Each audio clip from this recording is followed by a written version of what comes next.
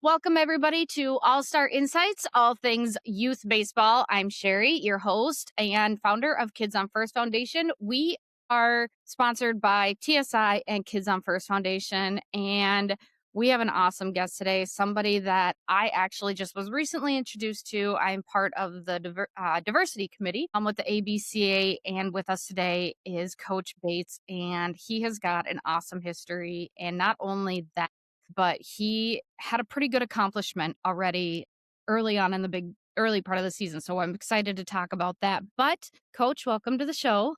Hey, good morning. How you doing? Thank you so much. You guys in East Coast, so it's like afternoon, like to you guys. That's true. It's still afternoon.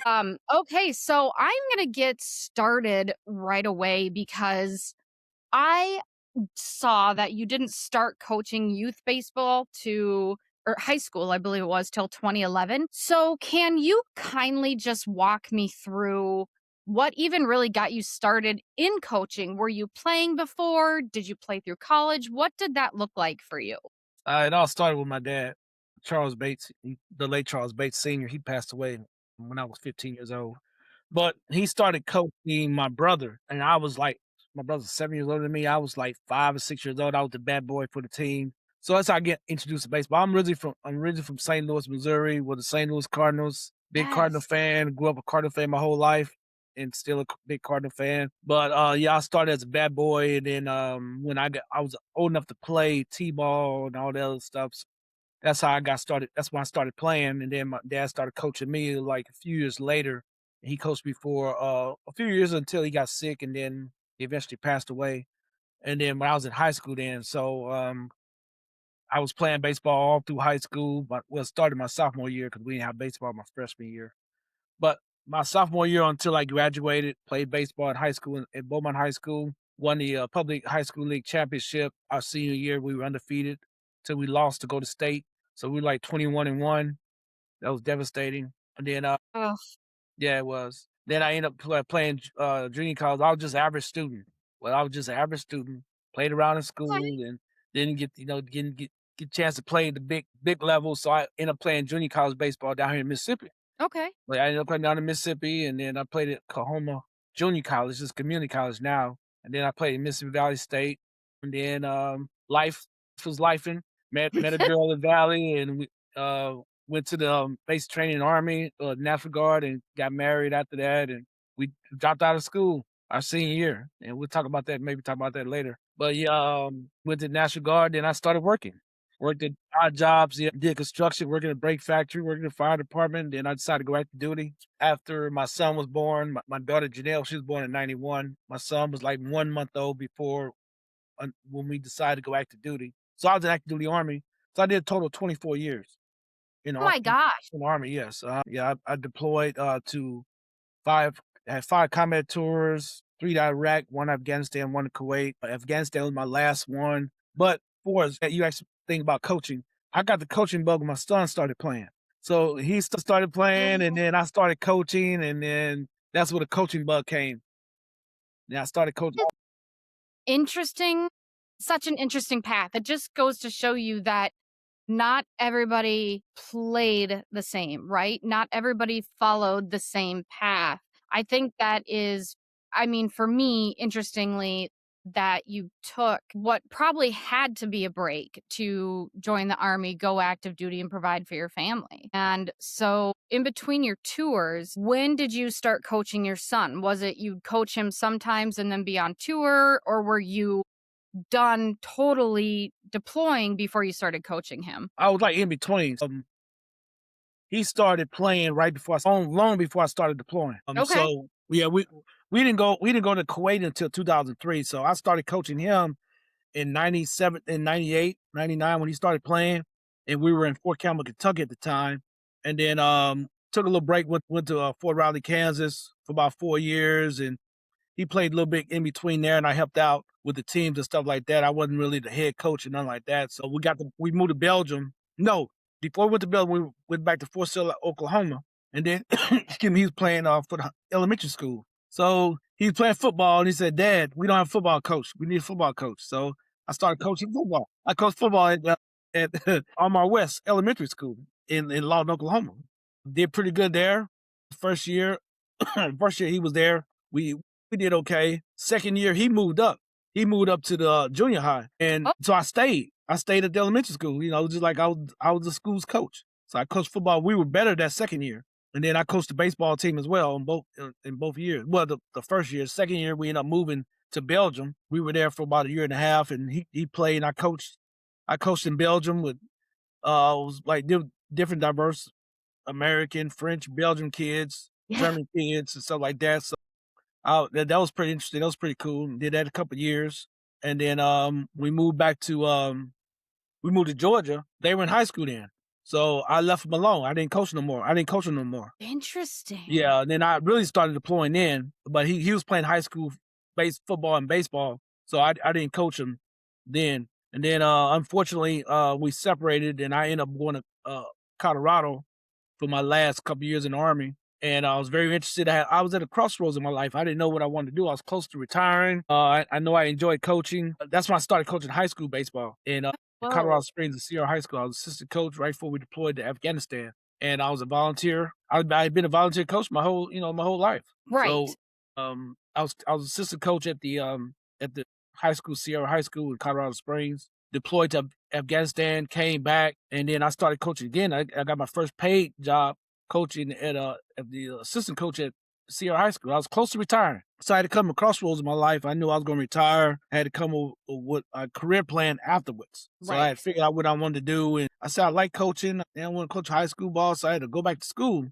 Because I already had my associate degree. I didn't finish at Valley. Her and we didn't finish at Valley. We were in Oklahoma. We were in Oklahoma together, and we got our bachelor of arts in theology through our church. Well, that is really cool. And then so I had to figure out it wasn't really credited for me to go to master's program. So if I wanted to be a teacher, I had to go back to school. So I went Liberty University online, and I started taking class online. Got my degree in education eventually. So in the meantime, I was assistant coach at the high school. The high school coach took a sabbatical to work on his master's, and the AD asked me, would you want to be the head coach?" Yeah, I was a head JV coach, but I was assistant varsity coach. But when he took over, when he left, I ended up being the head baseball coach at Sierra High School. My first paid job as a coach, as a head coach.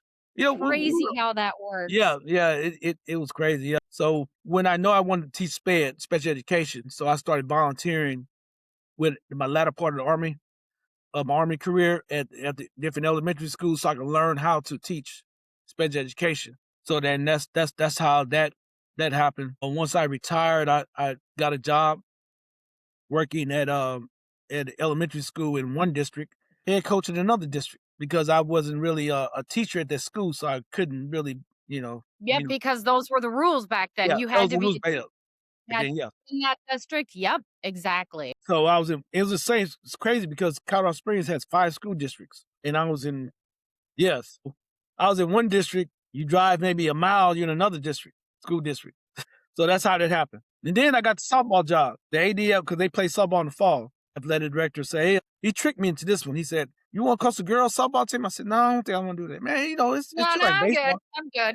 He said, it's just like baseball. You're just coaching girls." I said, "All right." So that's what I did for 2 years. I coached softball team in the fall and coached baseball team in the spring. And However, then you did learn that coaching softball is not like coaching baseball, I'm no, assuming. no. So let me tell you how the college thing happened. I was very interested in the ABCA. Well, as assistant coach, maybe. I was like trying to learn a lot about the profession, like professional development. As an Yes. assistant coach, I paid my own way. 2012, yeah, 2012. Okay. Paid my own way to go to. It was in Dallas at that time. My very first one I went to. Paid my own way, got there, and I met some other coaches, African American coaches that were there, and I gravitated to them and trying to learn some stuff. And I ended up running into Stanley Stubbs, who's at the time he was assistant coach at Savannah State. Yeah, he was assistant coach. Yeah, he was assistant coach at Savannah State under Coach Hardy, and we met and we got to talking, and he kind of became a mentor of mine through the years. And so I told him my ambitions was to be a college coach, eventually. So he told me what to do. I had to finish my degree and finish coaching in high school. And he said when he get a head coaching job, he would let me know. So fast forward to 2016, I retired a couple years before, still in Colorado, and I was coaching and working, and he gave me a call, said he's gonna take a job at Texas College. So he said, "Well, I can help you get to a school. I can help you get to a school, once you finish your degree." So I said, "Well, okay, cool." So at the time, I had finished up, and then a job came open. Well, it was an assistant coaching job came open in Lane. He said, "Man, why don't you get you down the lane and work down." I said, "Well, I'm still in softball season." So I told him in October I'll be done, and then I had a bad part of telling the girls and the boys that I was leaving. That was one of the hardest No. things I had to do. Yeah, that was tough. That was tough. Yeah, so I had, plus I had to get back down south with my kids and stuff. They were close by. I ain't seen them Yes. in a while. It's crazy because I had a nice apartment, nice furniture. I sold most of it. I had an Impala, so I packed everything I could in my Impala from the front to the back to the trunk, put other stuff, put stuff in storage, and drive blindly down to Jackson, Tennessee. Never been there before in my life, and so I got down there. How did your early experiences at Lane as an assistant at Rust help shape your coaching philosophy? How did you bring from Lane over to what you created now at Rust? Well, so what happened was I became the head coach at Lane. Yes. After I got there, I was working, same thing, I was volunteering. Volunteer coach at Lane, had to find me a job, so I started teaching. I taught 6th grade English as a full-time sub, yeah, full-time sub, and so that's how that happened, and then, I ended up being the interim head coach after 4 games. Oh my gosh. Yeah, after 4 games, yeah, we lost, we were 0-4, the next game was at Selma University. They don't have baseball anymore. But we were supposed to play that Friday. We were supposed to play that Saturday. AD called me when I was leaving school. He said, "Hey John, where you at?" I said, "Well, I'm about to head to the baseball field to practice. Coach left. I need you to he left, so I need you to come get this money for the game tomorrow." And so that's how that happened. So I ended up going, yeah, ended up picking up the money and everything and had to figure it out. Then I had to go to practice. The coach had left. And then I had talked to the guys and said, "Hey man, no matter what, hey, we're gonna win despite of. Let's go." So they were all gung ho. Practice, had a nice practice. Saturday went to Selma. It was a doubleheader. And we won. So I won my very first game. Yeah. Yeah, won my very first game, yeah, as a college coach. Then then That's then then crazy. the wheels started falling off.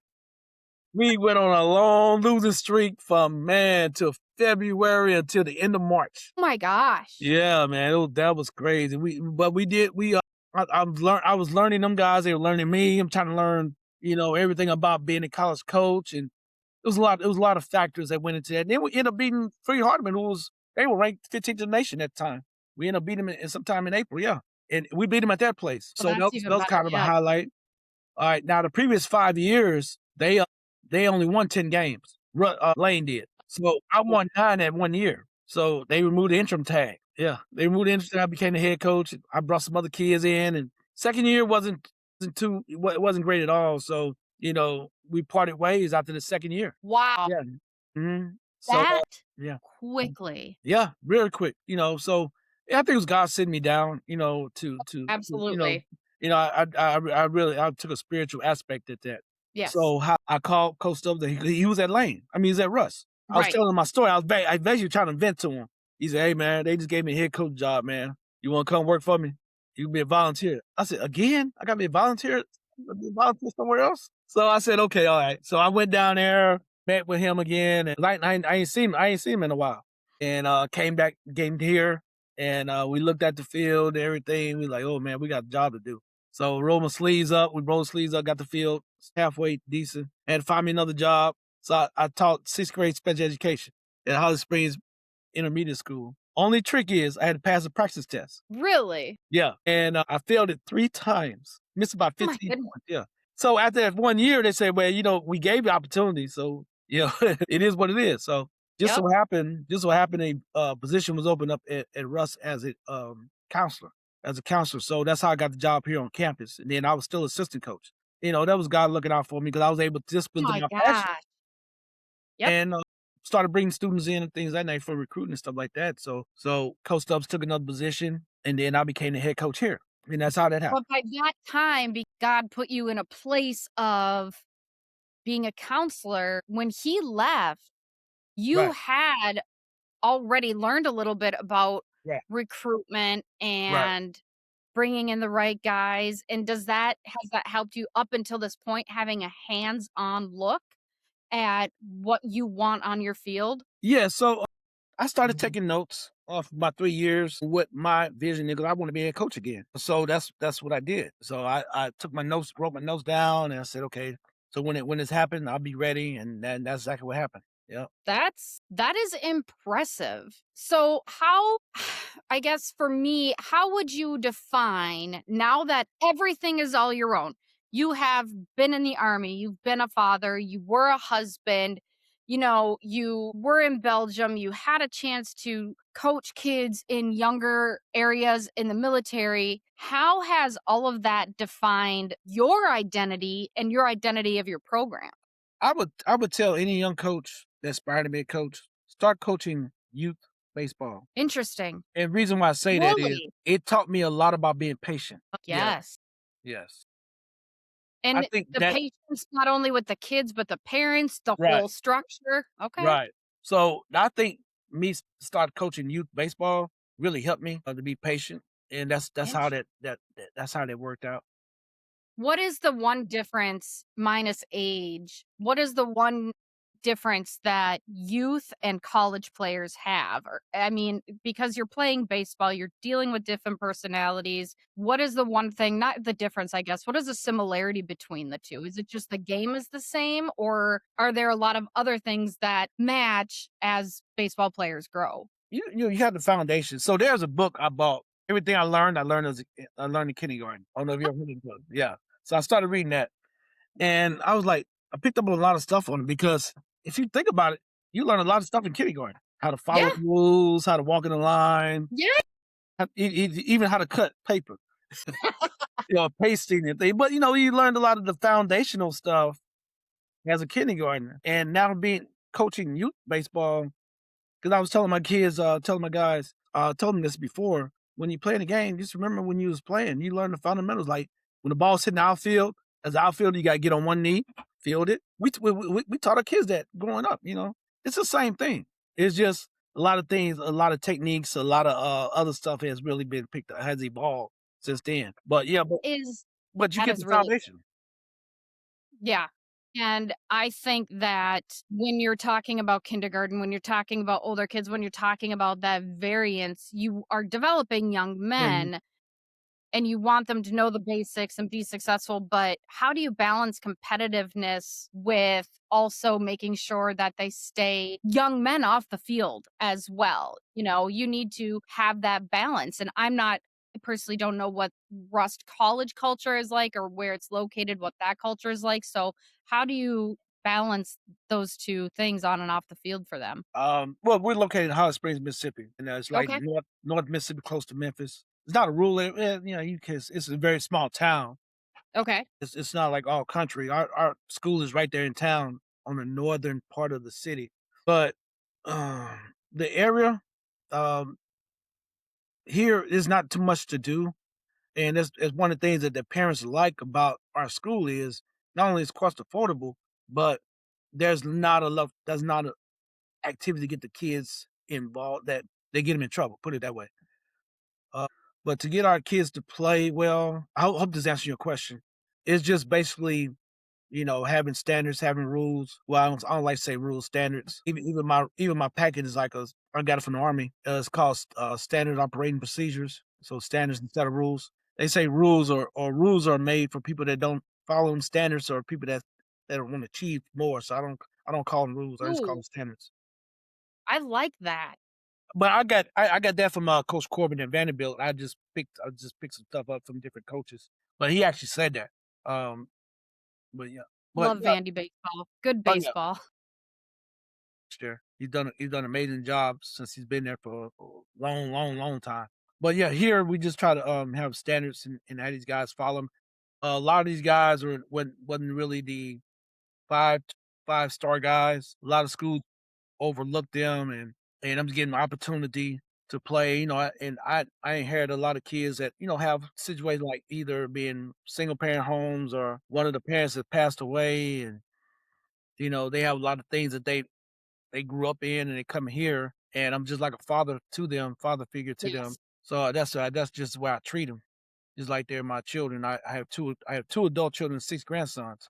So then I inherit another 50 something just about every year. And do you think that being a teacher definitely helped with that Mhm. and being Yes. a counselor and being a mentor? Like, they seem to gravitate to you, and it's created good bonds and relationships, which also helps on the field as well. Yeah, yeah, being a teacher, has really helped me out. And well, I started teaching in the Army because that we had to give classes and stuff, so I learned the foundations, but actually being in in-class teacher, I learned a lot that helping with these young men with, when we have drills or when we having conversations. Even my meetings are not about baseball all the time. I talk about life skill stuff.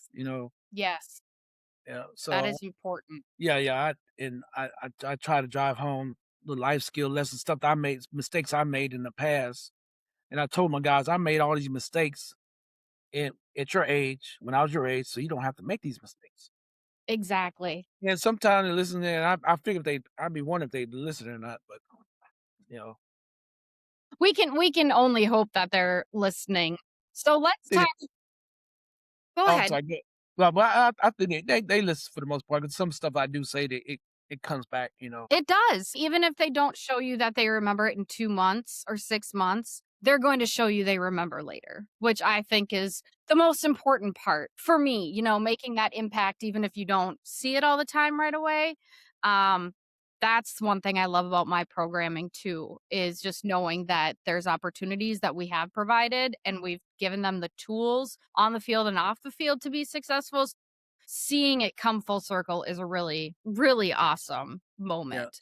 and I look at a lot of my past players that I've been a head coach or I've been assistant coach here, Russ. One came when I was an assistant. He came back for homecoming. He's a police officer in Houston. Came to my office. He came to my office during Founders Homecoming Day. Talked to me, told me how much he thanked me, how much the impact I had on him and everything. And that means a lot. I got guys in law enforcement. I got one that's in one kid's engineering school, medical school, about to go to medical school, one nursing school, one is in special forces, one's about to go special forces, one's a Navy SEAL. I got guys who works his family owns a construction company. Guy does in roofing, he does a commercial infrastructure, and I got guys that do training. I got guys that are coaches right now, high school coaches. So that right there, it lets you know that what I'm doing works. They're successful. When Right. they leave you, they have become successful. Yeah. Do any of them with the portal, have any of them left you or come back to you at all, or have left and gone off to play baseball at different schools, but still come back to you? Alright, so when they transfer portal thing, that's really not transfer portal NAI, but they just leave. I had a couple guys leave. One went to Alcorn. I got several guys went to Claflin University of South Carolina. Then I had two that left and came back. Yeah, two left and came back. And one's about to graduate, and the other one is a junior. He just reached his 100 career hits in RBIs this year. Yeah, so he's been with me 3 years, so he's a junior. Hopefully, he'll get looked at to go up to the next level, him and the other young man. The other young man, he's my student assistant, but he's about to go I think one of the schools in SWAC he's going to go to play baseball once he's about to graduate in May, so he gets to go to grad school and play once Well, he that's gets here. awesome. Yeah. That's really that's really well, speaking of milestones, let's get into the biggest one that you have accomplished as a head coach. You recently won 100 career games. So, what does that mean to you personally and professionally? Man, it went by fast because I was like Really? for me, it did because I looked at if you look at my career path, I don't know if you looked at you say you did some research, but if you look Yes. at my record at Lane, my records at Lane, then my records at Russ, totally different, two totally Totally different. different. Yeah. So I guess that split time in between, right, those 3 years as an assistant again, really prepared me for this last 5 years. So these last 5 years went by fast because I won the championship my second year, won 17 games my first year, won the championship my second year, third year went downhill, second year, the fourth year went up. Now I'm in a rebuilding stage right now. This year, my record is not really great at all, but just it's a rebuilding year. Got a lot of freshmen and things of that nature. Got all the babies coming in. But it was a grind. It really was. I'm talking about. Look, literally, it was a grind. I coached almost 300 some managed almost 300 some games in college at D2 and NAI. So, if you look at my records, I lost more than I won, but those losses became lessons because I was able to grind it out and having the good players to help me get through that level. It wasn't me, it was the players. Like I told my guys, wanting championship, I said, "Man, I'm 0 and 25. You guys are 25 and 0. I lost all those games. You guys won all these games. So every last one of my for the 100 wins from Lane and Russ, they won these games. I didn't win them. All they did was made a lineup, put it on the wall, and they had to execute. Said, "Good luck, guy." Yeah. And then all the losses, I take the blame for those. And then for the victories, they get the credit for it. I kinda actually like that because it's true, right? As coaches, we're not the ones on the field. However, we are the ones who create the lineups. We are the ones who give the information. So, having them realize that their work on the field is their victory and realizing that the losses are on us because we didn't give them right equipment or the tools or the whatever it was that day that they needed. I love the fact that you flipped that around to that's how I won. That's how I kept going because those are my stepping stones. Those are my learning tools to getting to 100 wins. That is, and I know now thinking about it, 100 wins in 5 years is insane. Well, it's actually 7 if you want to count. Yeah. Yeah. Yeah, yeah. I mean, It 7, it but was 15. It was actually 85 and then 15 was actually more than that. I won a few more since then though, but, yes. yeah. Yeah, I get it.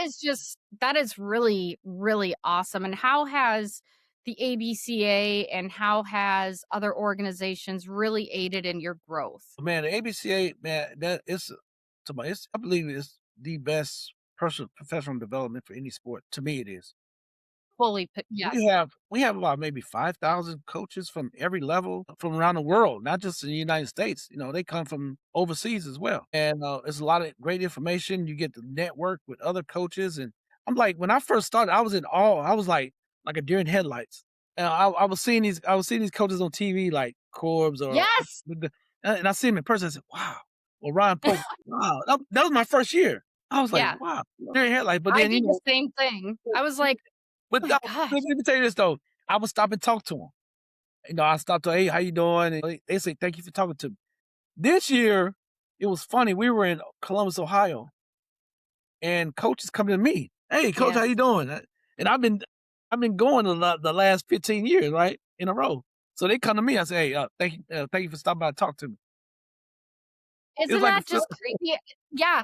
My first year there, so I missed Columbus this year, but my first year there is just, like, in awe of everything, and now it's the same. It's not everybody, but for the most part, people recognize me, and it's kind of really cool how you realize how human we all are. Mhm, And at the end of the day, we all want the same thing. But yeah, I absolutely love that. And being part of the diversity committee, I think also makes a huge difference because we're finally talking about the things that should have been talked about a long time ago. Specifically, even with HBCUs. I didn't mhm. know that HBCUs took a different bucket in a federal financing situation different than regular universities, and that was just weird to me. So how for you is that managing your budget and things that you get to do? Do you feel that your school and your program and the area that you're in really takes care of you and the students? Because that's, for others, that is a problem, but it sounds like Rust really values you and what you bring to the table. Yeah, man, I'm very appreciative of what Russ. They gave me opportunity to be a head coach and continue to be a head coach. Because there's only so many of these jobs available in the whole United. I'm talking about in all different levels, even from Yes. Division 1 all the way down to JUCO. So it's really not that many jobs available. So I don't take that lightly. But they gave me opportunity, and the community man has really wrapped around me, and I can go to stores and say, "Hey, coach, how you doing?" I can go and just sit down and talk to them, or I go to Walmart and say, "Your players were in here." I tell my players, "Don't be playing around. These people know who I am." So and I go to Walmart and say, "Oh, your players were in here. They were pretty good today." I said, "Okay, all right." You got spies everywhere. Yeah, so it's It's like a little awesome. small yeah, it's like I like embedded in this community here, and I like it here. So it's not bad. That's awesome. It's really not So that far how from is home too. yeah, where is home compared to where St. you're at? Louis. It's So like that's about not far? not about 5 hour drive. And Rush is like Holly Springs is like I can get to Atlanta in 5 hours, St. Louis in 5 hours, Nashville in 3 hours, New Orleans in 5.5 hours, Little That's Rock awesome. 3 hours, Huntsville 3 hours.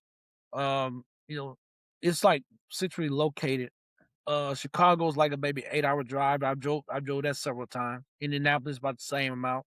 So it's like really driving distance for me because people say, "You crazy? You driving?" I'm like, "Yeah, I drive like that all the time. It really doesn't bother me."